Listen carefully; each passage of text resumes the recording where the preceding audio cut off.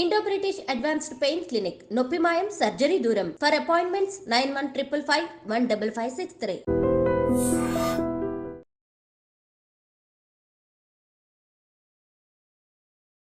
ప్రభుజీ గీతా జయంతి అన్నారు కదా, గీతా జయంతి అంటే ఆ రోజు రచించడం జరిగిందా, చెప్పడం జరిగిందా, ఎందుకు అది గీతా జయంతిగా చెప్పబడింది? పుస్తకం పుట్టినరోజు చూసారా అండి? కేవలం ఒకటే పుస్తకం పుట్టినరోజు ఈ ప్రపంచంలో ఉంటుంది, అది గీత. గీతా జయంతి అంటే పుట్టినరోజు చేస్తున్నామంటే ఆ పుస్తకం ఎంత గొప్పదో అర్థం చేసుకోండి. అసలు రచించింది ఎవరు ప్రభుజీ గీతని? కృష్ణుడు చెప్పాడు, వ్యాసుడు రచించాడు. అంటే విన్నది అర్జునుడు కదా. వ్యాస భగవానుడి యొక్క శిష్యుడు సంజయుడు. సంజయుడికి అంటే ఒక బోయవాడి చేతిలో విషపు బాణానికి మరణించాడు అని చెప్పి వింటూ ఉంటాం. అసలు కృష్ణుడు బోయవాడి చేతిలో చనిపోయాడు అనేది అబద్ధం. అబద్ధమా? ఒక విషయం మీకు అడుగుతాను చెప్పండి. ప్రభుజీ, భగవంతుడు ఏదైనా ఆశిస్తాడు అంటే తను సృష్టించిన మనిషి నుంచి తాను ఏమైనా ఆశించడం అనేది జరుగుతుందంటారా? ఆశిస్తాను. ఏం ఆశిస్తాడు ప్రభుజీ? ఒంటిపైకి దేవుడు వచ్చాడు అని అంటుంటారు, పూనకాలు ఇలాంటివి అంటుంటారు కదా ప్రభుజీ. నిజంగా భగవంతుడు ఉన్నా కూడా అలా మనిషి ఒంటిపైకి రావటం లాంటిది జరుగుతుందా? దయ్యం వస్తుంది కానీ దేవుడు రాడు. ఎందుకంటే మనం చేసే చెత్త పనులకి, అపవిత్రమైన ఆలోచనలకి భగవంతుడు ఎందుకు రావాలనుకుంటాడండి అసలు మానవుడి దగ్గరకి? నమస్కారం, వెల్కమ్ టు ఐ డ్రీమ్. ధర్మ మార్గం విత్ విజిత కార్యక్రమానికి స్వాగతం.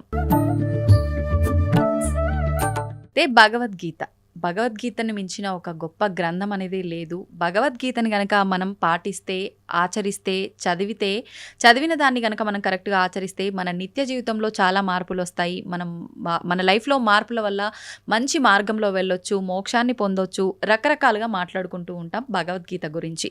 అయితే నిజంగా భగవద్గీతలో ఏముంది, భగవద్గీత వల్ల మనం ఏం నేర్చుకోవచ్చు, ఇలాంటి విషయాలు ఇప్పుడు ప్రభుజీతో మాట్లాడి తెలుసుకుందాం. ప్రస్తుతం మనతో పాటు ఉన్నారు ఇస్కాన్ టెంపుల్ నుంచి ప్రణవానంద ప్రభుజీ గారు. ఇప్పుడు వారితో మాట్లాడి మరిన్ని విషయాలు తెలుసుకుందాం. మనకున్న సందేహాలన్నింటినీ కూడా నివృత్తి చేసుకునే ప్రయత్నం చేద్దాం. హరే కృష్ణ ప్రభుజీ.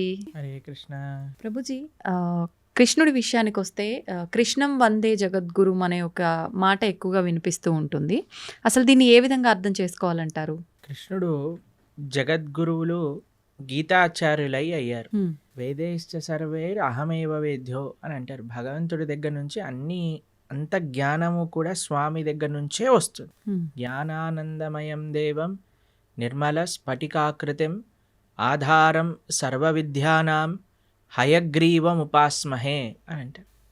భగవంతుడి దగ్గర నుంచే బ్రహ్మగారికి జ్ఞానం వచ్చినది.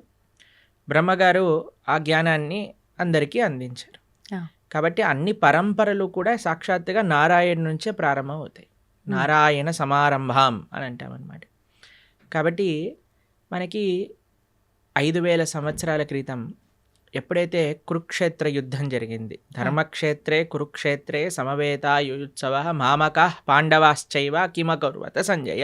అయితే కృష్ణుడు ఒక యుద్ధ భూమిని ఎందుకు చూస్ చేసుకున్నారు అని కానీ మనం ప్రశ్నిస్తే చూడండి, ఎప్పుడైనా India Pakistan world cup final last ball 2 runs to win ఉన్నప్పుడు ఎవరు ఏ పని చేస్తున్న వాళ్ళైనా సరే, క్రికెట్ ఇష్టం ఉన్న వాళ్ళైనా సరే, లేని వాళ్ళైనా సరే అందరూ వచ్చి చూస్తారు ఏమవుతుంది ఇప్పుడు. అవునా కాదా చెప్పండి? అవును ప్రభుజీ, కరెక్ట్. అప్పట్లో ఇండియా పాకిస్తాన్ ఎలా ఉండేదో అప్పుడు కౌరవులు పాండవులు అలన్నమాట. మొత్తం ప్రపంచం అంతా వాళ్ళు ఎంత శక్తివంతం అంటే ఏదో ఒక సైడ్ తీసుకోవాల్సి వచ్చింది అందరికి. ఐదర్ కౌరవుల సైడ్ కానీ పాండవుల సైడ్. మొత్తం అన్ని కెమెరాలు, ఫోకస్ లైట్లు అన్ని కురుక్షేత్రం పైనే ఉందన్నమాట. కృష్ణుడు అనుకున్నాడు ఇది కరెక్ట్ టైం చెప్పడానికి, గీత ఉపదేశం చేయడానికి, ఎందుకంటే ఫోకస్ అంతా ఒక దగ్గరకు వచ్చింది కాబట్టి. అప్పుడు గీతాచార్యుడై శ్రీకృష్ణుడు అర్జునుడి యొక్క మాధ్యమంగా ప్రపంచానికి మొత్తం గీతను ఉపదేశం చేశారు. అంటే అక్కడ అర్జునుడితో పాటు అందరూ కూడా విన్నారా? అందరూ వినలేదు, కానీ అర్జునుడి యొక్క మాధ్యమంగా, అంటే అర్జునుడికి చెప్తూ ఇప్పుడు ప్రపంచం అంతా తెలిసిపోయింది కదా. అవును ప్రభుజీ. కాబట్టి అర్జునుడిని మైక్ లాగా మాధ్యమం చేసుకున్నాడు. ప్రపంచం మొత్తం కూడా గీతను ఉపదేశం చేశాడు పరమాత్మ. అయితే ఎందుకు జగద్గురువు అంటారంటే, భగవద్గీత సనాతన ధర్మానికి ఒక ఫౌండేషన్ బుక్ అన్నమాట. సనాతన ధర్మం యొక్క సిద్ధాంతాలన్నీ కూడా భగవద్గీత ప్రస్తావన చేసింది, ప్రతిపాదన చేసింది. అందుకే ఆచార్యులందరూ కూడా గీత పైన భాష్యాన్ని రచించారు. కాబట్టి ఇప్పుడు చూడండి, మీకు ఒక విషయం చెప్తాను. మీరు ఒక న్యూస్ పేపర్ ఇచ్చారనుకోండి, మీరు ఈ న్యూస్ పేపర్ చదవండి అని చూస్తారు. మీరు ఇది నిన్న న్యూస్ పేపర్ పక్కన పెట్టేస్తారు. అవునా?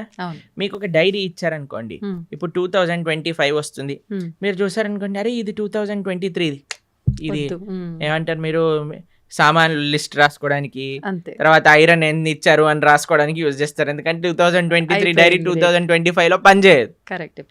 కానీ మీరు చూడండి, భగవద్గీత 5000 సంవత్సరాలు అయినది, కానీ ఇప్పటికీ అందరూ అధ్యయనం చేస్తున్నారు భగవద్గీతని. ఇప్పటికీ అన్నిటికంటే మోస్ట్ కమెంటెడ్ బుక్ ఏదన్నా ప్రపంచంలో ఉంటే అది భగవద్గీత. ప్లస్ భగవద్గీతలో ఏం మార్పులు లేవు. స్వామి చెప్పిన 700 శ్లోకాలు ఏవైతే భగవద్గీతలో ఉన్నాయో అవే నడుస్తూ ఉన్నాయి ఇప్పటికి కూడా. ఇంకా వాటి యొక్క అప్లికేషన్ పెరుగుతుంది. మొన్న మేము ఒక మేనేజ్మెంట్ కోర్స్ అటెండ్ అయ్యామన్నమాట. అందులో చెప్తున్నారు, ప్రపంచంలో ఎవరు మేనేజ్మెంట్ ప్రిన్సిపల్ చెప్పినా అది భగవద్గీత నుంచే దొంగతనం చేసినవి. వాళ్ళు తీసుకెళ్ళిపోతారు, దాన్ని ఒక వెస్టర్నైజ్డ్ పబ్లిసిటీ చేసి మనకు అమ్మేస్తూ ఉంటారు. మనమేమో చాలా అమాయకులుగా ఎంత బాగా చెప్పారు. అవన్నీ గీతలో ఉన్నాయి. కాబట్టి గీతాచార్యుడిగా ప్రపంచంలో ఎవరైనా సరే గీత పట్టుకొని చదివితే వారి యొక్క మనసు మార్పు చెంది, వారి యొక్క జీవితం మార్పు చెందే ఒక జ్ఞానాన్ని కృష్ణుడు ఇచ్చాడు. కాబట్టి ఆయన జగద్గురువు అయ్యారు, మొట్టమొదటి జగద్గురువు అయ్యారు. కాబట్టి అందరు గురువులకి ఆయనే గురువు. ఎందుకంటే ఆయన ఉపదేశం చేసిన తత్వములే మనందరం మాట్లాడుకుంటాం. కాబట్టి అది నారాయణుడిగా ఆయన జ్ఞానాన్ని ఇచ్చిన, కృష్ణుడిగా ఆయన జ్ఞానాన్ని ఇచ్చిన, వ్యాసుడిగా ఆయన జ్ఞానాన్ని ఇచ్చిన, హయగ్రీవుడిగా ఆయన జ్ఞానాన్ని ఇచ్చిన, హంసావతారంగా జ్ఞానాన్ని ఇచ్చిన, కపిలుడిగా జ్ఞానాన్ని ఇచ్చిన, అన్ని అవతారాలు జ్ఞానాన్ని పంచడానికి కోసమే వచ్చాయి. కాబట్టి ఆయన జ్ఞాన నిధి. అందులో భగవంతుడికి షడైశ్వర్య సంపూర్ణుడు అంటాడు. భగవాన్ అనే వాటికి నిర్వచనంగా పరాశర మహర్షి విష్ణు పురాణంలో షడ్ ఐశ్వర్యములు పరిపూర్ణంగా కలిగినవారు అని చెప్తారు. అందులో ఒక ఐశ్వర్యం సకల జ్ఞానము కలిగినవాడు ఆయన. కాబట్టి ఆయనకి తెలియనదంటూ ఏముండదు. ఆయన ఇచ్చేదే మనకి ధర్మము అని అంట. అందుకే మన శాస్త్రములు ధర్మస్తు సాక్షాత్ భగవత్ ప్రణీతం. భగవంతుడు చెప్పినదే ధర్మము, భగవంతుడు చెప్పిందే గీత. ఆ గీత ఎక్కడ ప్రపంచంలో ఎవరు అధ్యయనం చేసి పాలించినా సరే వాళ్ళు సుఖ సంతోషాలతో ఉంటారు. కృష్ణుడు గీతాచార్యుడై జగద్గురువులై వసుదే వసుతం దేవం కంస చానూర మర్దనం దేవకీ పరమానందం కృష్ణం వందే జగద్గురు. అటువంటి గీతా జయంతి మహోత్సవాన్ని కూడా మనం ఇటీవల చేసుకున్నాం. ఈ నెల రోజులన్నీ మార్గశీర్ష మాసం అంతా చాలా ముఖ్యమైనది. ఎందుకో తెలుసా అండి, కృష్ణుడు గీతలో చెప్పారు ఒక విషయాన్ని, మాసానా మార్గశీర్షోహం అని అన్నారనమాట. కాబట్టి ఈ మార్గశీర్ష మాసం అంతా కూడా గీతను అధ్యయనం చేయటం, గీతని వినటం. మన ప్రణవానంద దాస్ అనే ఛానల్ ఉంటుంది యూట్యూబ్లో. అందులో మనకి ప్లేలిస్ట్లో ఒకసారి మనం 18 అధ్యాయాలకి 18 గంటలు మనం ప్రవచనం అని చెప్పామన్నమాట. అది వినడానికి ప్రయత్నం చేస్తే మనకి గీత ఏం చెప్పాలనుకుంటుంది అనే విషయాలు మొత్తం కూడా మనకు అర్థమవుతాయి. అలా గీతని వినటం, గీతని చదవటం, గీతని 10 మందికి ఇవ్వటం ఈ మార్గశీర్ష మాసంలో చాలా ముఖ్యమైన విధానం అన్నమాట. ప్రభుజీ, గీతా జయంతి అన్నారు కదా, గీతా జయంతి అంటే ఆ రోజు రచించడం జరిగిందా, చెప్పడం జరిగిందా, ఎందుకు అది గీతా జయంతిగా చెప్పబడింది? మీరు ఎప్పుడైనా పుట్టినరోజు, ఒక పుస్తకం పుట్టినరోజు చూసారా అండి? కేవలం ఒకటే పుస్తకం పుట్టినరోజు ఈ ప్రపంచంలో ఉంటుంది, అది గీతా జయంతి. అంటే పుట్టినరోజు చేస్తున్నామంటే ఆ పుస్తకం ఎంత గొప్పదో అర్థం చేసుకోండి.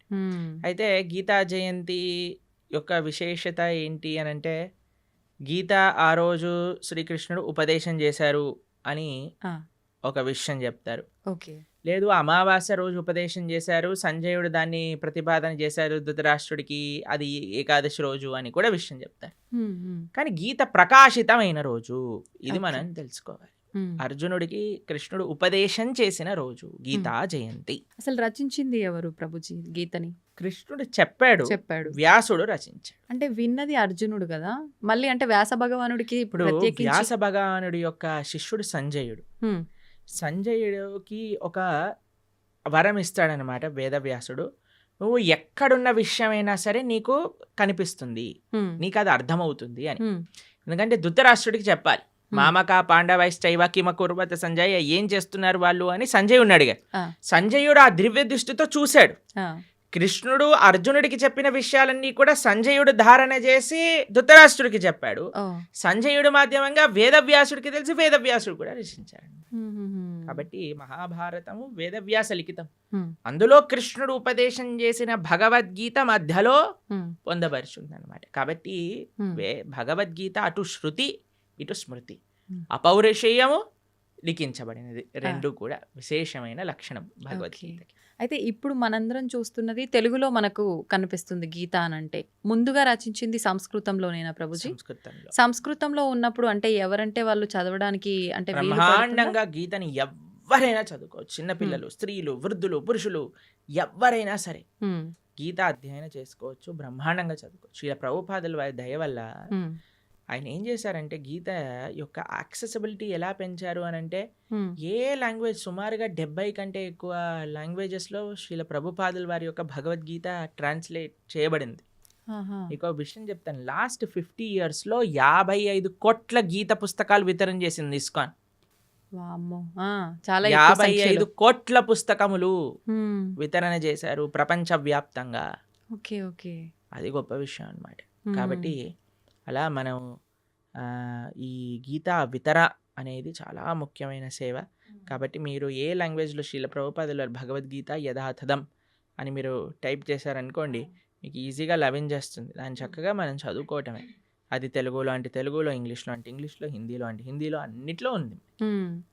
ఇప్పుడు గీతని అంటే దానం చేయొచ్చా ప్రభుజీ? ఎవరికి దానం చేయొచ్చు అంటారు ఒకవేళ అంటే దానం మన ఇంట్లో చేయాలంటే? ఉండే పుస్తకాన్ని దానం చేసేయకూడదు. మన ఇంట్లో ఉండే పుస్తకాన్ని మనం చదువుకుంటూ ఇంకో చదువుకోవాలి. పుస్తకాన్ని తీసి దానం చేయొచ్చు. ఇప్పుడు చూడండి, ఆ, అందరికీ ఒక క్రేజ్ పెరిగిపోయింది ఈ మధ్యలో రిటర్న్ గిఫ్ట్స్ అని. ఆ, సరే, మీరు అవును, ఏ అవును. చిన్న ఫంక్షన్ చేసినా సరే రిటర్న్ గిఫ్ట్ రిటర్న్ ఇవ్వాలి. గిఫ్ట్. ఇప్పుడు వచ్చే గిఫ్ట్ కంటే వెళ్ళే గిఫ్ట్ ఇంకా ఈ ప్రెస్టీజియస్ గా ఉండాలి అని ఆలోచిస్తూ అవును. ఉంటారు. పెళ్లిల్లో ఉండే వాళ్ళందరూ ఆలోచిస్తుంటారు ఏం ఇవ్వాలి, ఏం చేయాలని. మీరు ఏ వస్తువు ఇచ్చినా సరే ఇదేంటి, ఇది అందరు ఇస్తున్నారు, ఇదెందుకు, దీనికంటే ఎక్కువ తీయచ్చు కదా, అన్ని కంప్లైంట్స్ వస్తూ ఉంటాయి. ఎవరు సాటిస్ఫై చేయలేం. అవును. నా పర్సనల్ సజెషన్ ఏంటి అంటే, సనాతన ధర్మంలో ఉండే వాళ్ళు ఎవరైతే వివాహం చేసుకుంటారో రిటర్న్ గిఫ్ట్గా అందరికి ఒక గీతా పుస్తకాన్ని ఇవ్వండి. మంచి సలహా ప్రభుజీ.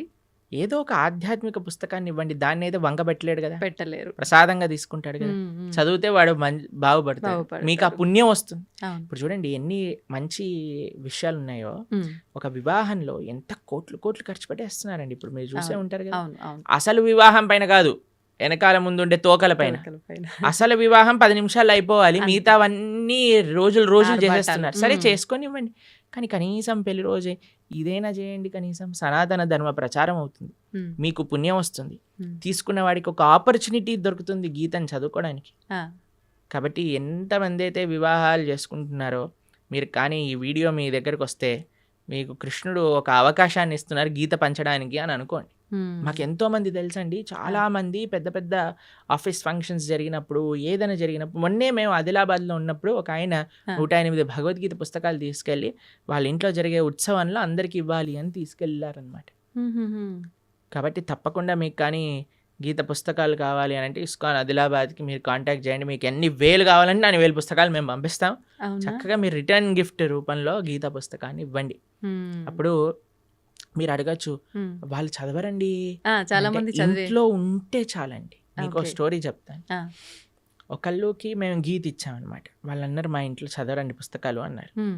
మీ పిల్లలైనా మీరు చదవకపోతే మీ పిల్లవాడు ఏం చదువుతాడండి, వాడికి అసలు ఇంట్రెస్ట్ లేదండి అని. ఆ, సరే అయ్యా మీ ఇంట్లో పెట్టుకో, ఎవడైనా వచ్చినప్పుడు చదువుతాడు వాడు అని అన్నాను. అంతే. సరే అని వాళ్ళ ఇంట్లో పెట్టుకున్నారనమాట. ఆ, పెట్టుకుంటే వాళ్ళ ఇంట్లోకి హైదరాబాద్లో ఉంటారు వాళ్ళు. Hmm. అయితే వాళ్ళ ఇంట్లో ట్రీట్మెంట్ కోసం అని వాళ్ళ చుట్టాలు ఎవరో 3 రోజుల కోసం వచ్చారట హైదరాబాద్లో Okay. ఉండడానికి.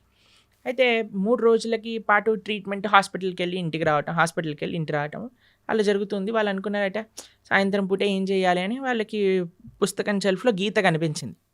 అయితే మేము చెప్పాము ఎవరో ఒకళ్ళు చదువుతారు, మీరు అవునవును, ఉంచుకోండి ఇంట్లో అని అన్నాను అంతే. ఆ, వాళ్ళు తీసుకున్నారు, వాళ్ళు చదివారు, ఆ. వాళ్ళకి చాలా నచ్చింది ఆ పుస్తకం.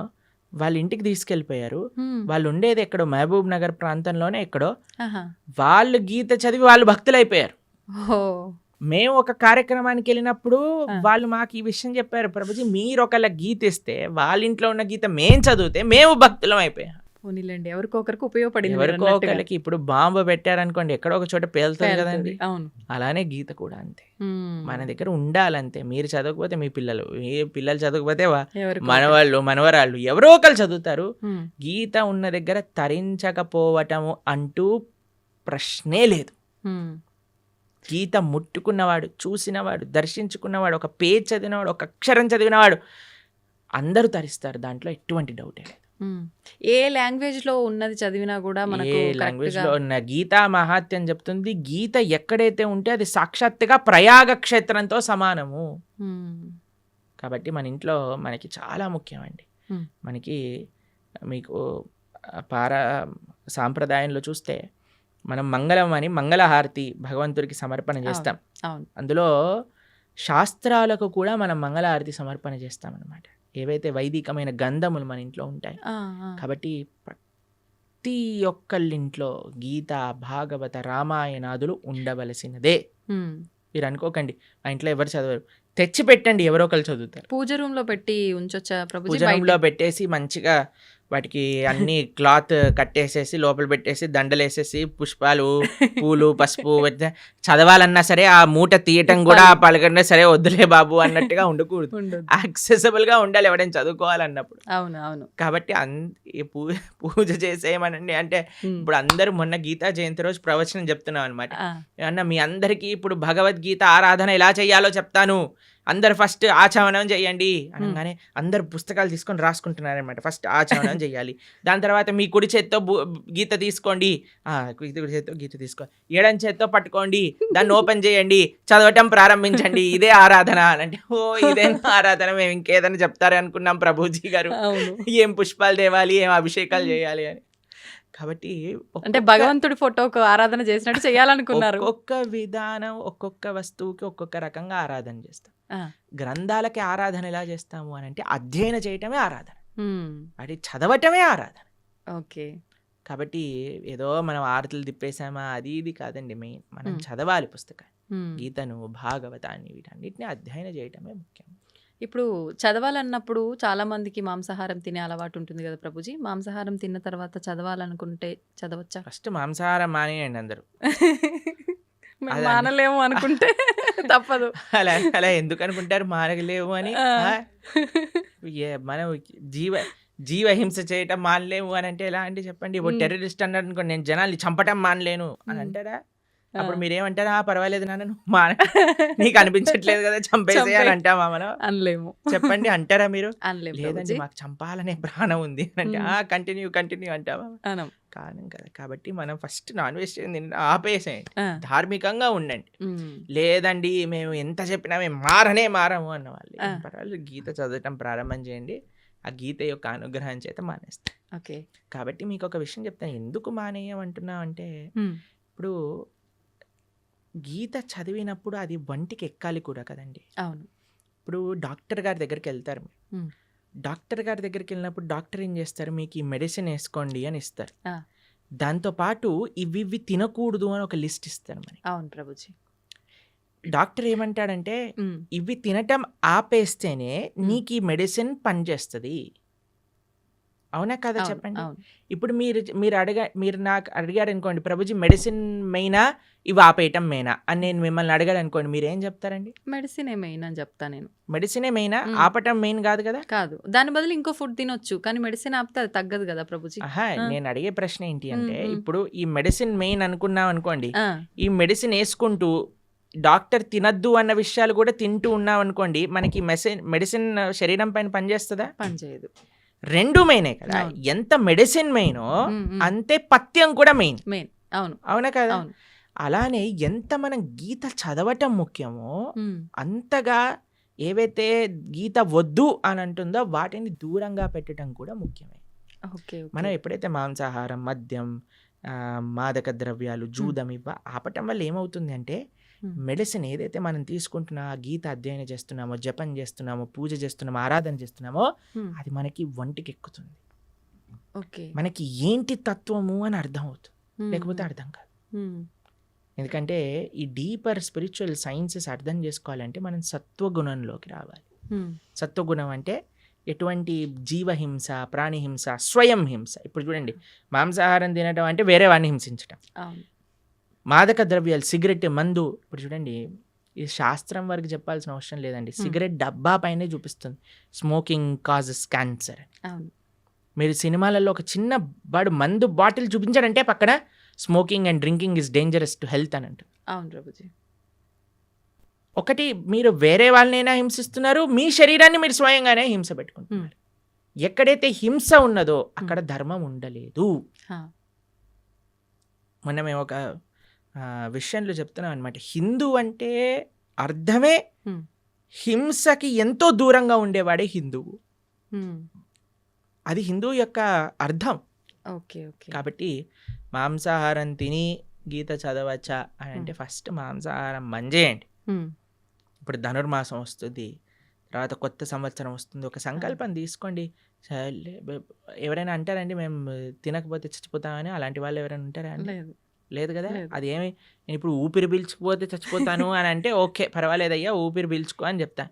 నీళ్ళు తాగకపోతే చచ్చిపోతాము, సరే పర్వాలేదు, అది కూడా ఒప్పుకుంటే.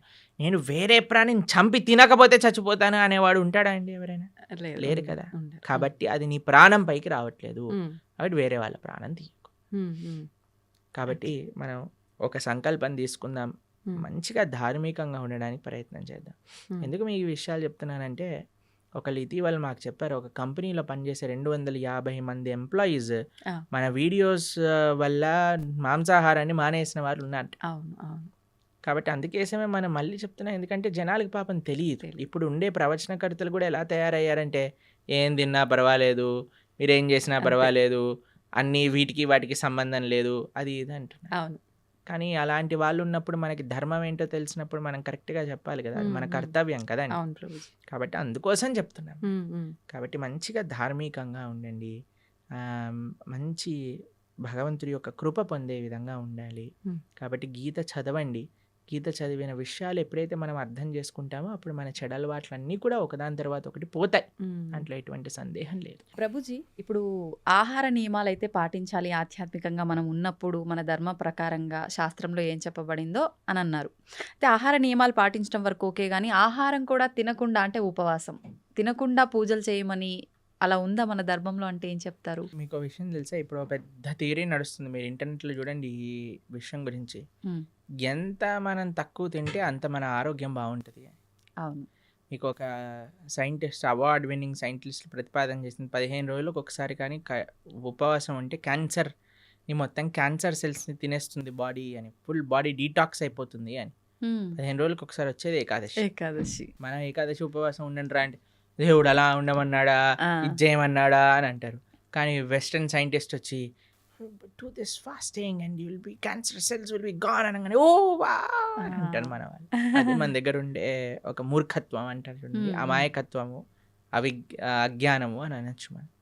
కాబట్టి మన శాస్త్రం ఏదైతే చెప్తుందో అది జాగ్రత్తగా ఆచరించటం వల్ల మనకు తెలుస్తుంది. ప్రతిదీ ప్రశ్నించాల్సిన అవసరం లేదండి. మనం ఏం చేయాలంటే ఫస్ట్ ఆచరించాలి. ఇప్పుడు మీకు స్కూల్లో అడ్మిషన్ ఇచ్చారనుకోండి, యూనిఫామ్ వేసుకోండి, సాక్స్ ఈ కలర్లో ఉండాలి, షూస్ ఇలా ఉండాలి, పాలిష్ చేసుకొని రావాలి, హెయిర్ స్టైల్ ఇలా ఉండాలి, ఆడపిల్లలు అయితే జడ వేసుకొని రావాలి అని చెప్తారు. ఎందుకు జడ వేసుకోవాలి, ఎందుకు యూనిఫామ్ వేసుకోవాలి, ఎందుకు షూ పాలిష్ చేసుకోవాలి, ఇవన్నీ అడగం, చెప్పింది చేస్తాం. చెప్పినప్పుడు స్కూల్లోకి వెళ్ళినప్పుడు ఓ ఇది అందరూ కామన్గా ఉండడానికి, ఇది డిసిప్లిన్గా ఉండడానికి, మనకి బాధ్యత నేర్పించడానికి, క్లీన్లీనెస్ నేర్పించడానికి, ఒక యునైటెడ్ కాన్షియస్నెస్ రావడానికి, ఇవన్నీ ఎప్పుడు వస్తాయి? ఆచరిస్తూ ఉన్నప్పుడు, 10 మందిని చూస్తున్నప్పుడు వస్తాయి. కానీ మన లోపల ఏమైపోయింది, ఫస్ట్ ఏం చేయాలన్నా సరే ప్రశ్నించడం ప్రారంభం చేసాం. ఇది చేయండి రా, ఎందుకు చేయాలి, ఇది చేస్తేనే దేవుడు కరుణిస్తాడా, ఇది చేస్తేనే ఇది అవుతుందా, లేకపోతే అవ్వదా? ప్రతిదానికి ఆన్సర్ ఉంటుందండి. కానీ ఎవరికి చెప్తాము? ఎవరైతే వినయంగా ఆచరిస్తున్నారో అటువంటి వారికి చెప్పచ్చు, మూర్ఖంగా వాదించేవాడికి చెప్పలేము. కాబట్టి ఉపవాసం ఎందుకోసము, ఇలా వ్రతం ఎందుకోసము, లేదా ఒక పూజా విధానం ఎందుకోసము అని అంటే అది మనల్ని భగవంతుడి దగ్గరికి తీసుకెళ్తుంది, భగవత్ ప్రీత్యర్థం. మన ఆరోగ్యం బాగుండటం ఇవన్నీ సెకండరీ. కొన్ని నియమాలు శాస్త్రములు చెప్పాయి, ఈరోజు ఇలా ఉండండి, ఈరోజు ఇలా ఉండండి అని. పెద్దలు చెప్పిన మాట, పెద్దల మాట పెరగన్న మూట అంటాం కదండి. పెద్దలు చెప్పిన మాటే పెరగన్న మూట అంటే శాస్త్రం చెప్పిన మాట ఇంకెంత మంచిది చెప్పాలి. కాబట్టి ఆచరించడం ప్రధానం. ఒకసారి ఆచరించడం ప్రారంభం చేస్తే మనకి ఎవరిని అడగకుండా తెలిసిపోతుంది ఎందుకు చేయమన్నారు ఏంటి, ఆ బెనిఫిట్స్ మనమే చూస్తాం. ఇప్పుడు ఒక ఆహార నియమాన్ని చెప్పామనుకోండి, దాన్ని ఆచరిస్తూ ఉన్నప్పుడు కన్సిస్టెంట్గా మనకు తెలుస్తుంది, అరే మన జీవితం ఎలా మారింది, మన క్లారిటీ ఆఫ్ మైండ్, థాట్, మన జీవన శైలి, మనం మాట్లాడే విధానం, మన ఆలోచనలు, మన స్ట్రెస్, మన డిప్రెషన్, మన యాంగర్ అవన్నీ ఎట్లా తగ్గుతుంది? ఉమ్, లేదు నాకు ప్రూవ్ చేయి తర్వాత మానేస్తానంటే ఎలా చెప్పండి? అవును, కాదు కదా. కాదు. ఇప్పుడు నువ్వు ఇప్పుడు ఇంజనీరింగ్ కాలేజ్లో ఒకటి జాయిన్ అవుతున్నాడు, ఉమ్, నాకు జాబ్ ఇస్తేనే నేను జాయిన్ అవుతా అంటాడా? అన్నారు. నువ్వు జాయిన్ అవ్వు, నువ్వు చదువు, అవును, అప్పుడు నీకు జాబ్ వస్తుంది. వస్తుంది. అంతే కదా. ఫస్ట్ నాకు ప్లేస్మెంట్ ఇవ్వు తర్వాత జాయిన్ అవుతానంటే ఎలా అండి? అవును. ఫస్ట్ నువ్వు జాయిన్ అవ్వు, ప్రాసెస్ని ఫాలో అవ్వు, అప్పుడు మొత్తాన్ని క్లియర్గా వస్తుంది. అయితే ప్రభుజీ నాదొక చిన్న డౌట్, అంటే ఇలా ఆలోచించడానికి కారణం ఇది అయి ఉంటుందేమో అని. కొన్ని అంటే ఇప్పుడు సైంటిఫిక్గా ప్రూవ్ చేసిన తర్వాత మీరు చెప్పినట్టుగా నమ్ముతున్నారు అంటే అది మనకి ఎప్పుడో ఉంది శాస్త్రాల్లో.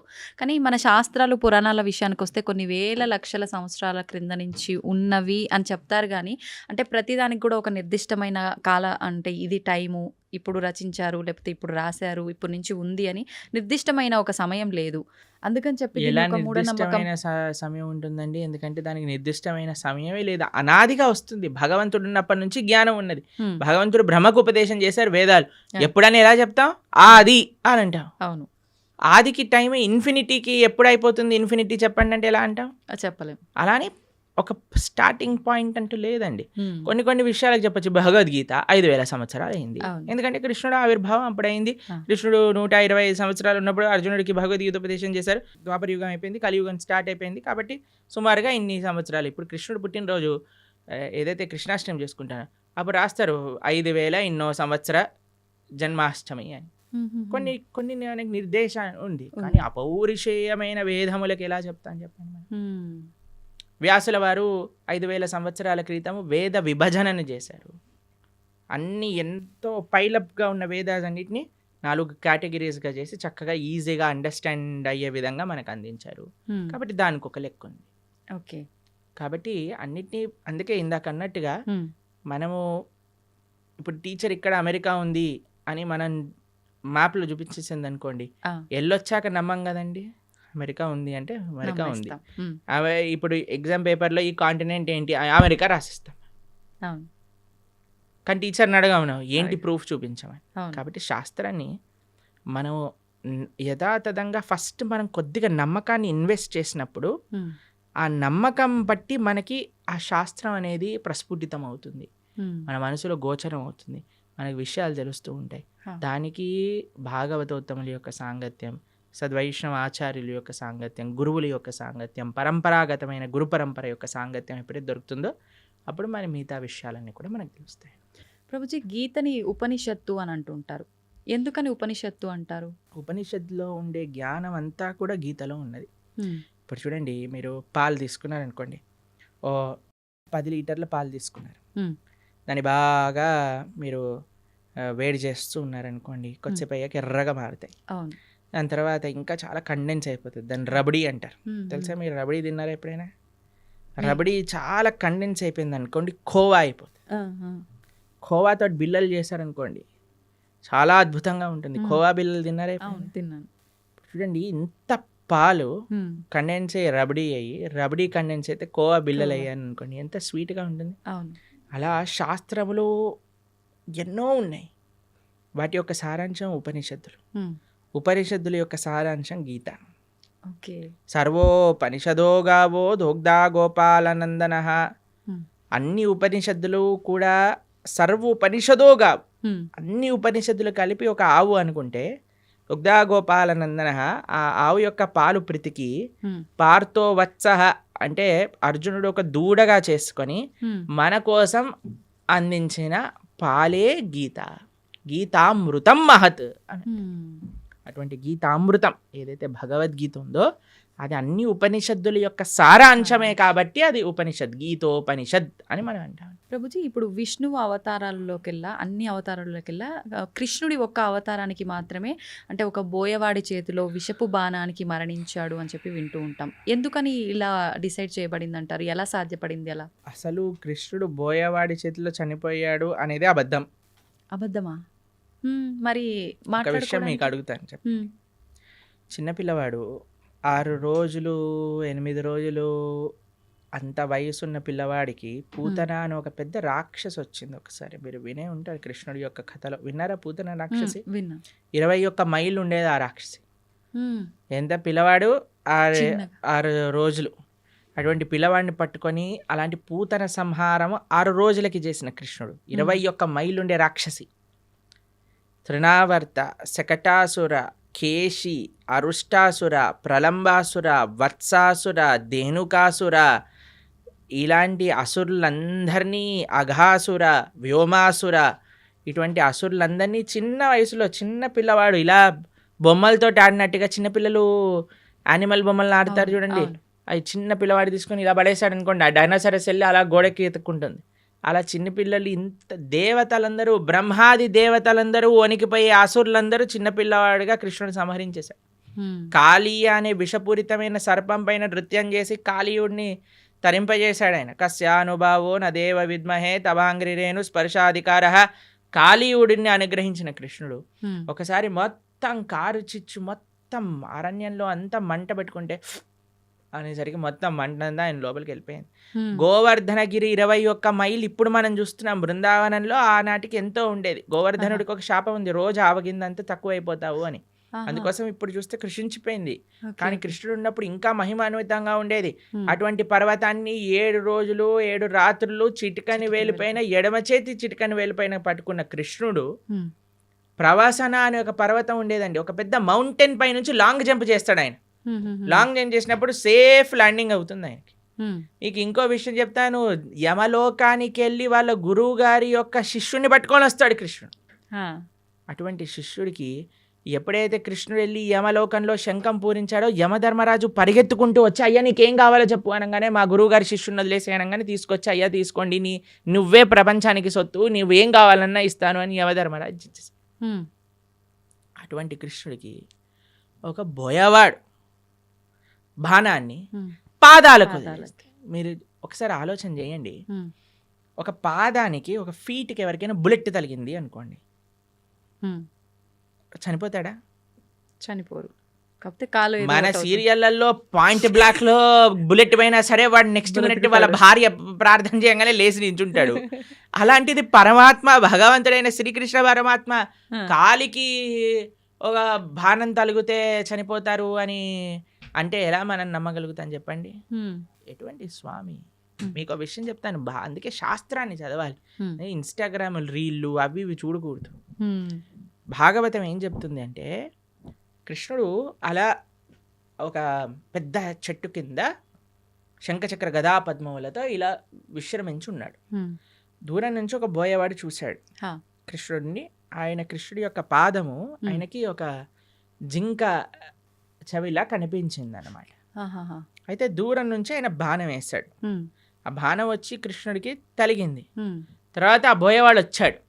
ఇప్పుడు బాణం వేసాక చూస్తాడు కదండి, గురి తలిగిందా, ప్రాణం చూసుకోవచ్చు అని కృష్ణుడి దగ్గరికి వస్తాడు. ఓ కృష్ణ పరమాత్మ సాక్షాత్తుగా కృష్ణుడు అని దర్శిస్తాడు. 3 ప్రదక్షిణలు చేస్తాడు కృష్ణుడికి. కృష్ణుడు అంటే, అయ్యా నీకు మోక్షాన్ని ఇచ్చేస్తున్నాను అని, నువ్వు నా విరమణ చేసే నేను లీలలో, నా అంతర్ధానం అయ్యే లీలలో నువ్వు కూడా నీ యొక్క కాంట్రిబ్యూషన్ ఇచ్చావు కాబట్టి నీకు మోక్షాన్ని షూట్ చేసిన వాడేమో మోక్షానికి ఇచ్చేసాడు ఆయన, ఈయనేమో శరీరాన్ని విడిచిపెట్టేశారంటే ఎంత విచిత్రం చూడండి. దాని తర్వాత ఏదో ఆ బాణం అలానే ఉంది. స్వామి అన్నీ ఇంకా అవతార పరిసమాప్తి చెయ్యాలి అని అనుకునే సమయంలో దేవతలందరూ, వారి కోసం కదండి కృష్ణుడు ఆవిర్భవించింది, అందరు దేవతలు వచ్చి పైనుంచి పుష్పవృష్టి కురిపిస్తున్నారనమాట. తండ్రి నా కోసం నువ్వు అవతరించావు, కృతజ్ఞతలు కృతజ్ఞతలు అని అందరూ కృష్ణుని స్తోత్రం చేస్తుంటే, కృష్ణో స్వదాగోపకతే ధర్మ జ్ఞానాభి సహ, కృష్ణుడు శరీరాన్ని వదిలేసి ఇక్కడ ఏదో తర్వాత ఆయన ఆత్మ పైకి వెళ్ళిపోయింది అలాంటిది ఏం ఉండదండి. ఆయన స్వయంగా శరీరం పూర్తి శ్రీకృష్ణ పరమాత్మ, ఆయనకి ఆత్మ వేరు శరీరం వేరు కాదండి. కృష్ణుడు మనలాగా జీవుడు పంచభౌతికమైన దేహం కాదండి. జన్మ కర్మచ మే దివ్యం. ఆయన జన్మ దివ్యం, ఆయన కర్మ దివ్యం, ఆయన శరీరం దివ్యం. ఆయన ఎలా అయితే ఆ చెట్టు కింద కూర్చున్నారో అలానే శరీరంగా ఆయన యొక్క ధామానికి చేరుకున్నారు కృష్ణ పరమాత్మ. ఎప్పుడు ఆయన అవతార పరిసమాప్తి చెయ్యాలి ఆయన ఆ సంకల్పం చేసేసుకున్నప్పుడు. కాబట్టి ఆ బోయవాడి చేతితో చనిపోయాడు అనేది పెద్ద అబద్ధం. ఇప్పుడు ఇక్కడ అంటే ఈయనకు మోక్షం కల్పించడం కోసమే ఆ బాణం తగలడమా ప్రభుజీ, లేదంటే రాముడు వాలిని చెట్టు చాటు నుంచి చంపటము ఇదంతా? ఎందుకంటే వాలి చనిపోయే ముందు రాముడికి క్షమాపణ అడిగి అయ్యా నువ్వు చేసింది ధర్మమే అని వాళ్ళ కుమారుడిని రాముడికి సరెండర్ చేయించి వెళ్ళిపోతాడు. కాబట్టి భగవంతుడికి మనలాగా every action as equal and opposite reaction లాంటి ఉండదు. స్వామి దగ్గర పనిచేయమండి. ఓకే, కానీ ప్రతి స్వామికి ఒక్కరు కర్మ ఉండదు. అదే అదే ఉదాహరణగా అంటున్నా కదా, తీసుకుంటారు. మనకి మనం WhatsApp university, Instagram college, Facebook tuitions ఇవన్నీ తీసుకుంటాం కాబట్టి మనం ఇలా తయారయ్యాం. కానీ శాస్త్రంగా అర్థం చేసుకోవాలి మనం. కావున కృష్ణుడికి భగవంతుడికి పుట్టుక ఉండదు, భగవంతుడికి మరణం ఉండదు.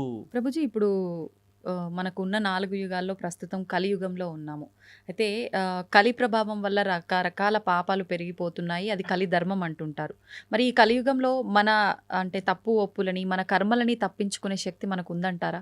కలో దోష నిదేరాజన్ అస్తి ఏకోన్ మహాన్ గుణాన్ కీర్తనాతేవ కృష్ణస్య ముక్త సంగపరం రజేత్ అని మన శాస్త్రం చెప్తుంది. కలియుగంలో మీరు చెప్పినట్టుగా దోషాల నిధి. ఇంకా మీకు విషయం చెప్పినండి, కలియుగం స్టార్టే అవ్వలేదు. ఇది ఇంకా కలి యుగ సంధి కాలము అని అంటారు. మొట్టమొదటి 5,000 సంవత్సరములు, 5,000 సంవత్సరములు, 6,000 సంవత్సరాలు అలా చేంజ్ అన్నమాట. బ్రిడ్జ్ టైం ఇది. అంటే ద్వాపర యుగానికి కలియుగానికి బ్రిడ్జింగ్ టైం ఇది. మార్గం అనుకోవాలా అంటే ప్రభుజీ? పూర్తి కలియుగం ఆరంభం అవ్వలేదు ఇంకా. అవ్వలేదు. ఓకే. ఈ 5-10 ఇయర్స్ 5,000 ఇయర్స్ సంధి కాలము అని అంటారు అనమాట దాన్ని. కాబట్టి ఇంకా కలియుగం ప్రారంభం అవ్వకముందే కలియుగం ఇలా అన్యాయం ఘోరం అంటున్నారు. ఇంకా కలియుగం ప్రారంభమయ్యాక ఇలా ఉంటుంది చెప్పండి. ఇంకా ఘోరాలు ఎక్కువ. అప్పుడైతే ఇంకా మీరు భక్తి చేయాలన్నా, ధర్మం చేయాలన్నా మీకు ఎవడు ఐ డ్రీమ్స్ టీవీలో కృష్ణుడి గురించి మాట్లాడేవాడు ఉండడు. మొత్తం ఎంటర్టైన్మెంటే ఉంటుంది. ఓకే. కాబట్టి ఇప్పుడే మనకి వస్తుంది, కాబట్టి ఇప్పుడే మనం సీరియస్గా తీసుకొని ఇప్పుడే మనం జపం చేసుకోవటం, గీత చదువుకోవటం. ఎందుకంటే మళ్ళీ అనుకోవచ్చు మళ్ళీ వచ్చే జన్మలో చూద్దాం. వచ్చే జన్మలో నువ్వు చూడొచ్చు, కానీ నీకు చెప్పేవాడు ఎవడు ఉంటాడు కదా. అవును, అవును. కలియుగం ముందుకు వెళ్తూ ఉంటే ధర్మం మెల్లమెల్లగా తగ్గిపోతూ ఉంటుంది. కాబట్టి ఆ ధర్మం మనకి ఈ మానవ జన్మ ఇప్పుడు వచ్చింది, ఇప్పుడు మనకి మంచి విషయాలు తెలుస్తున్నాయంటే ఈ క్షణం మనం మంచి మార్గంలోకి వెళ్ళవలసింది. ప్రభుజీ, మీరు అసలు కలియుగం ప్రారంభమే అవ్వలేదు, ఇది సంధికాలం అంటున్నారు. కానీ ఈ మధ్య జరిగిన ప్రారంభమైనది కానీ పూర్తిగా కలి ప్రభావం లేదు ఇప్పుడు ఇంకా. ఓకే. కానీ చాలా మంది అసలు కలియుగం యుగాంతమే జరగబోతోంది అని చెప్పి ఇప్పుడు వచ్చిన భూకంపాలు, ఈ ప్రళయాలను చూసి అంటున్నారు కదా. టైం ఉంది, ఇప్పుడే లేదు, ఇంకా చాలా టైం ఉంది. ఇంకా 4 లక్షల పైన సంవత్సరాలు ఉంది కలియుగం అయిపోయేసరికి. దాంట్లో ఏమి ఇది లేదు, చాలా అన్యాయాలు పెరిగిపోతున్నాయి. ఇందాక మనం అన్నట్టుగా కలో దోష నిదే రాజన్, దోషములతో కూడుకున్నది కలియుగం. కానీ ఇందులో ఒక గొప్ప విషయం ఏంటి అంటే కీర్తనాదేవ కృష్ణస్య, భగవంతుడి యొక్క కీర్తన, భగవంతుడి యొక్క నామ జపం చేయటం చేత మనిషి తరించిపోతాడు. మిగతా యుగములలో తరించడం చాలా కష్టం, కలియుగంలో చాలా సులభం తరించడం. కేవలం భగవంతుడి యొక్క నామం హరే కృష్ణ కృష్ణ కృష్ణ హరే హరే, హరే రామ రామ రామ హరే హరే ఇది షోడశాక్షరనామ్నాం కలికల్మషనాశనం నాతరపరతరోపాయ సర్వవేదేషు దృశ్యతి. హరిర్నామ హరిర్నామేవ కేవలం కలోర్నాస్తైవ నాస్తైవ గతిరన్యదా. ఇది శాస్త్రం చెప్పింది. ఈ కలియుగంలో తరించడానికి ఇంకొక మార్గం లేదు, హరినామమే మనకి శరణు. యదాప్నోతి తదాప్నోతి కలౌ సంకీర్త కేశవం అని అంటారు. మిగతా యుగములలో చేసే దాన తప కర్మ క్రియలు అన్నిటి యొక్క ఫలితము కూడా కలియుగంలో కేవలం భగవన్నామం జపం చేయటం చేత వచ్చేస్తాయి. యదాప్నోతి తదాప్నోతి కలౌ సంకీర్త కేశవం. ఆ కృష్ణుడి యొక్క నామస్మరణ అన్నిటికంటే గొప్పది. కాబట్టి ఎన్ని రకాల ఆపదలు మనకున్నాయన్నా, ఎన్ని రకాల డిస్ట్రాక్షన్స్ ఉన్నాయన్నా, ఎవరైతే భగవన్ నామాన్ని పట్టుకుంటాడో వాడికి ఎటువంటి తిరుగు లేనే లేదు. ప్రభుజీ, భగవంతుడు ఏదైనా ఆశిస్తాడు అంటే తను సృష్టించిన మనిషి నుంచి తాను ఏమైనా ఆశించడం అనేది జరుగుతుందంటారా? ఆశిస్తాడు. ఏం ఆశిస్తాడు? ఏ వస్తువుని ఆశించడు, మనస్సుని ఆశిస్తాడు. భగవంతుడికి ఏమీ అవసరం లేదు. భగవాన్ ఆయన అంటారు ఏది భగవంతుడికి అవసరం లేదు, మనస్సు భగవంతుడికి అవసరం. ఈ ప్రపంచంలో ఉండే వాళ్ళకి ఏంటి, మన డబ్బులు అవసరం, మన అందం అవసరం, మన పలుకుబడి అవసరం, మన వస్తువులు అవసరం, మన ఇల్లు అవసరం. కానీ ఎవరినైనా మీరు అన్నారనుకోండి, మేము ఇప్పటి నుంచి మీరు ఇంట్లోకి వెళ్ళి చెప్పారనుకోండి, నేను వంట చేయను, జాబ్కి వెళ్ళను, ఏమీ చేయను, కానీ 24 గంటలు మీ గురించే ఆలోచిస్తూ ఉంటాను, నిన్నే ప్రేమిస్తూ ఉంటాను అని అంటే ఏమంటారు మీ ఇంట్లో వాళ్ళు? చాలా బ్రహ్మాండం అమ్మా అంటారా? అనరు. ఏమంటారు? పిచ్చి పట్టింది, దీనికేదో అయింది అంటారా? ఆ. మీరు భగవంతుడి దగ్గరికి వెళ్ళాలని అనుకోండి, అయ్యా నేను నీకేం పూజ పునస్కారం ఏం చేయలేను తండ్రి, కానీ 24 గంటలు నిన్ను మనసులో స్మరించగలుగుతా అంటే భగవంతుడు ఏమంటాడు? నువ్వే నాకు కావాలి అంటాడు. ఎందుకంటే ఈ ప్రపంచంలో ఉండే వాళ్ళందరికీ వస్తువులు అవసరం, భగవంతుడికి మనస్సు అవసరం. మనం ఏం చేస్తున్నా? ఆ మనస్సు కూడా ఈ ప్రపంచంలో ఉండే వాళ్ళకి ఇస్తున్నాం. కాబట్టి మనము ఈ ప్రపంచంలో ఉండేటప్పుడు మన బాధ్యతలు నిర్వర్తిస్తూ మన మనసుని భగవంతుడికి ఇవ్వాలి. అట్లా అని చెప్పి భగవంతుడికి నాకు ఏది వద్దని చెప్పి ముందు కూర్చొని ధ్యానం చేస్తే బ్రతకలేం కదా ప్రభుజీ, అన్ని కావాలి అలా బ్రతకమని చెప్పాడా కృష్ణుడు? భగవద్గీతలో అర్జునుడు అదే అన్నాడు, నేను వెళ్ళిపోతాను, సన్యాసం తీసుకుంటాను. కృష్ణుడు అన్నాడు, మా మనుస్మర యుద్ధ చ, నన్ను గుర్తుపెట్టుకుంటూ యుద్ధం చేయాలి నీ కర్తవ్యము అని అన్నాడు. కాబట్టి మనం మన బాధ్యతలను నిర్వర్తిస్తూ భగవంతుణ్ణి గుర్తుపెట్టుకోవాలి, భగవంతుణ్ణి స్మరిస్తూ చెయ్యాలి. ఇది తత్వం. మనం నిత్యం ఎన్నో రకాల మాటలు మాట్లాడుతుంటాం, ఉదయం లేచిన దగ్గర నుంచి పడుకునే వరకు. ఈ మాట్లాడే మాటలు సత్యమే పలకాలి, అబద్ధాలు ఆడకూడదు అని చెప్పి అంటుంటారు. కానీ చాలామంది అబద్ధాలు ఆడుతూ ఉంటారు. అయితే భగవంతుడికే తప్పలేదు అబద్ధాలు ఆడటం, మానవ మాత్రం మనకెంత, కురుక్షేత్ర యుద్ధంలో శ్రీకృష్ణుడు అంతటి వాడే అబద్ధాలు చెప్పాడు అని చెప్పి కొంతమంది అంటుంటే విన్నాను. నిజంగా కృష్ణుడు అబద్ధం ఆడా? అబద్ధం ఆడటానికి వీళ్ళు ఒక సాకుగా అది తీసుకుంటున్నారా అంటే ఏం చెప్పారు? అబద్ధం అంటే నిర్వచనం ఏంటో తెలుసా అండి? భగవంతుడు ఏదైతే చెప్పాడో దానికి విరుద్ధంగా చెప్పటమే అబద్ధం చెప్పటము అని అర్థం. ఓకే. భగవంతుడు ఏదైనా మాట్లాడాడు అంటే అది అబద్ధం అవ్వదు. ఆయన సత్యం, ఆయన స్వరూపమే సత్యం. అవును. భగవంతుడి కంటే పెద్ద సత్యం ఇంకొకటి లేదు. ఆ సత్యం అబద్ధం ఆడినా సత్యమే అవుతుంది. కాబట్టి భగవంతుడు ధర్మస్తు సాక్షాత్ భగవత్ ప్రణీతం. భగవంతుడు ఏం చెప్తాడో అది ధర్మం అవుతుంది. భగవంతుడు మనకి అపరెంట్గా అబద్ధం ఆడాడు అనన్నా సరే ధర్మ సంరక్షణ కోసము, లోక పరిపాలన కోసము అంటాడు. కానీ మనలాగా మన స్వార్థం కోసం మన తప్పులు పక్కన పెట్టుకోవడానికి అనరండి. ఒక వ్యక్తి ఎందుకు అబద్ధం ఆడతాడు? వాడు చేసిన తప్పుని ఇది చేసుకోవడానికి, కప్పిపుచ్చుకోవడానికి. కానీ భగవంతుడు అలా చేయలేదండి. భగవంతుడు ఏదన్నా చేశాడు అని అంటే దాని వెనకాల ఎంతో రీజన్ ఉంటుంది. అంతేగాని నేను కూడా భగవంతుడు ఆడాను కదా అని నేను కూడా చేశాను అనుకోండి, పులిని చూసి నక్క వాత పెట్టుకున్నట్టు అవుతుంది. కాబట్టి మన వాళ్ళకి అన్ని చెడు పనులను సమర్థించుకోవడానికి భగవంతుడి పైన బాణాలు వేసేవాళ్ళు ఫస్ట్ అసలు భగవత్ తత్వం అంటే ఏంటో అర్థం చేసుకోవాలి. ఇప్పుడు చూడండి, మీరు ఒక సిగ్నల్ దగ్గర నించున్నారు అనుకోండి, మీ దగ్గర సిగ్నల్ దగ్గర ఉన్నారు, మీకు రెడ్ లైట్ పడింది, ఆగారు. ఒక సీఎం చీఫ్ మినిస్టర్ కాన్వాయ్ పోతుంది, ఆయన జుమ్ జుమ్ జుమ్ జుమ్ అని కార్లు వెళ్ళిపోతాయి. హే వాడెందుకు వెళ్తున్నాడు, నేను కూడా వెళ్తానని మీరు కూడా వెళ్ళారనుకోండి, మిమ్మల్ని తీసి బొక్కలు పడేస్తారు. అంతే కదండి. కాబట్టి ఒక్కొక్కళ్ళకి ఒక్కొక్క పద్ధతి ఉంటుంది, ఒక్కొక్కళ్ళకి ఒక్కొక్క నియమం ఉంటుంది.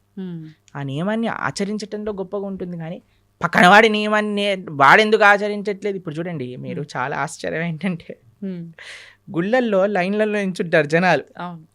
ఎప్పుడైనా విఐపీలు కానీ ఎవరైనా కొందరికి ఫాస్ట్గా వెళ్ళిపోయారనుకోండి, వాళ్ళని చూసి వీళ్ళందరూ ఒకటే, వాళ్ళు ఎందుకు వెళ్ళిపోతున్నారు, వాళ్ళు తొందరగా అయిపోతుంది, మాకు అవ్వట్లేదని గోలబెట్టేస్తుంటారు. చూసారా టీవీలలో కూడా ఇలాంటి వీడియోలు చూస్తాం. మాకు అనిపిస్తుంది, సరే అయ్యా నీకు వాడు 2 నిమిషాల్లో వచ్చేస్తాడు, దర్శనం చేసుకొని 2 నిమిషాలు వెళ్ళిపోతాడు. నువ్వు అరగంట సేపు 2 గంటల సేపు ఆ ఆలయంలో ఉండే చక్కటి ఆ పాజిటివ్ స్పిరిచువల్ వైబ్రేషన్ని అబ్జర్వ్ చేసుకునే ఒక అవకాశం నీకు వచ్చింది. ఒక గీతో, భాగవతమో, ఒక విష్ణు సహస్రనామమో, ఏదో ఒకటి భగవన్నామమో, కృష్ణ గోవింద రామ నారాయణ అనుకోకుండా ఆ ఆలయంలో ఉండే ఆ పవిత్రమైన ఎన్వైరన్మెంట్ని పాడు చేసే విధంగా ఒకళ్ళపైన ఒకళ్ళు అరుచుకోవటాలు, వాళ్ళు వెళ్ళిపోతున్నారు, మేం టికెట్ కట్టాము, వీళ్ళు వెళ్ళిపోతున్నారు. ఈ గోల్ అసలు ఎంత విచిత్రమో చూడండి. అవును. వాడు అదృష్టవంతుడా, వీడు అదృష్టవంతుడా? మీరు చెప్పినట్టుగా చూస్తే వీళ్ళే అదృష్టవంతులు కదా, చెప్పండి. కానీ ఓపిక తక్కువ కదా ప్రభుజీ. అలాంటి అసలు భగవంతుడు నేర్పించేది ఓపిక. ఆలయంలో ఓపిక పట్టిన వాడు జీవితంలో ఏం ఓపిక పడతాడు చెప్పండి. అవును. ఈ వ్యక్తి ఏమన్నా ప్రైమ్ మినిస్టరా తొందరగా వెళ్ళిపోయి దర్శనం చేసుకోవడానికి? లేదు. సరే అయ్యా, బిజీ, అందరూ బిజీ ఈ ప్రపంచంలో, కానీ నీకు ఒక అదృష్టం వచ్చింది కదా, నువ్వే వేరే వాళ్ళని చూసి మనకెందుకు, వేరే వాళ్ళతో పోలికెందుకు? వాళ్ళు వెళ్ళారు దర్శనానికి, సరే భగవంతుడికి ఇష్టం లేదేమో ఎక్కువసేపు ఈయన నా ముందు కనిపించద్దు, తొందరగా పంపించేస్తాడు. కానీ నీ పైన ప్రేమ ఉందేమో, నిన్ను ఎక్కువసేపు చూసుకోవాలనుకుంటున్నాడేమో. కాబట్టి మాకు చాలా బాధేస్తుందండి. ఎక్కడైనా ఆలయంలో ఆ ఫైటింగ్ నేచర్ ఎప్పుడైతే వచ్చేస్తుందో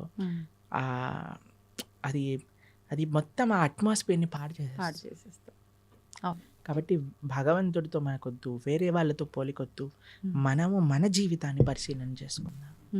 నేను ధార్మికంగా ఉన్నానా, ఆధ్యాత్మికత సనాతన ధర్మంలో వేరే వాళ్ళతో కంపారిజనే ఉండదు. నా జీవితాన్ని నేను భగవంతుడికి ఎలా సమర్పణ చేస్తున్నాను. ఇప్పుడు ఎగ్జామ్లో ప్రిపేర్ అయ్యేది నువ్వు ప్రిపేర్ అవుతాం కానీ పక్కన వాడు ఆ చాప్టర్ వదిలేశాడు కాబట్టి నేను కూడా వదిలేస్తున్నాను, చెప్పని వాడు ఇది చేస్తున్నాడు కాబట్టి నేను కూడా అది చేస్తున్నాను. నీ ప్రిపరేషన్, నీ కాన్ఫిడెన్స్ నీది, నీ ఎగ్జామ్, నీ పర్ఫార్మెన్స్, నీ రిజల్ట్, నీ భవిష్యత్. అలానే ధర్మానికి వచ్చేసరికి నేను భగవంతుడికి ఆన్సరబుల్.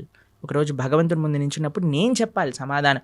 ఎంత అబద్ధం ఆడకుండా నేనున్నాను, ధర్మాన్ని ఆచరిస్తూ నేనున్నాను, శౌచం నేను పాటించాను. Krishna, you are not answerable to anybody in this world except God.